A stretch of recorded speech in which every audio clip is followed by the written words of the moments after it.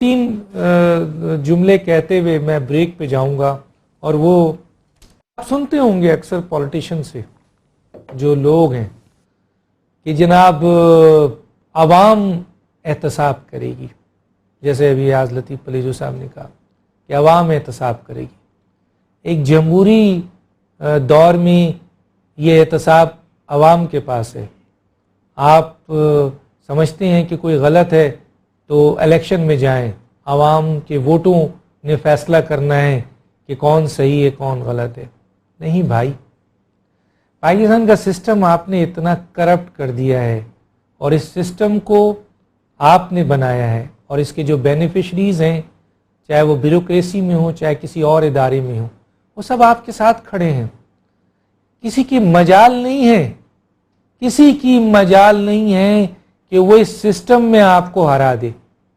Parliament میں آپ بیٹھے ہیں، قانون سازی آپ کرتے ہیں، 1973 کے کانسٹیٹیوشن میں اختیار ہے امینڈمنٹ کا، لیکن وہ امینڈمنٹ کا اختیار بھی تو آپ ہی کریں گے نا،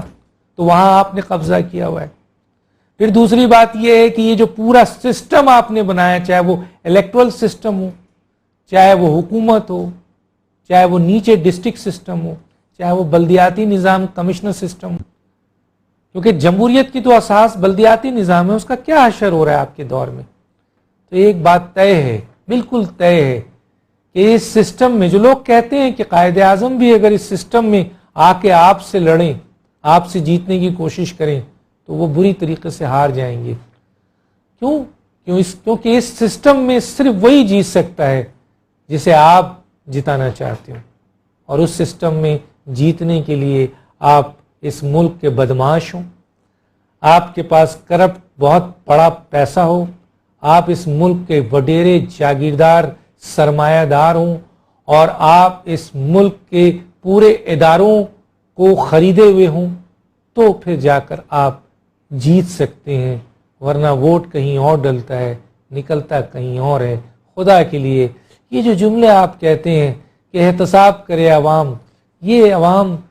جو اپنا بیچارہ پیٹ نہیں پال سکتی ہے، وہ آپ کا کیا احتساب کرے گی؟ تو پاکستان میں ووٹوں سے احتساب کبھی بھی نہیں ہو سکتا ہے اس سسٹم، جب تک کہ یہ سسٹم نہ توڑا جائے، اور جب یہ سسٹم ٹوٹے گا تو یقیناً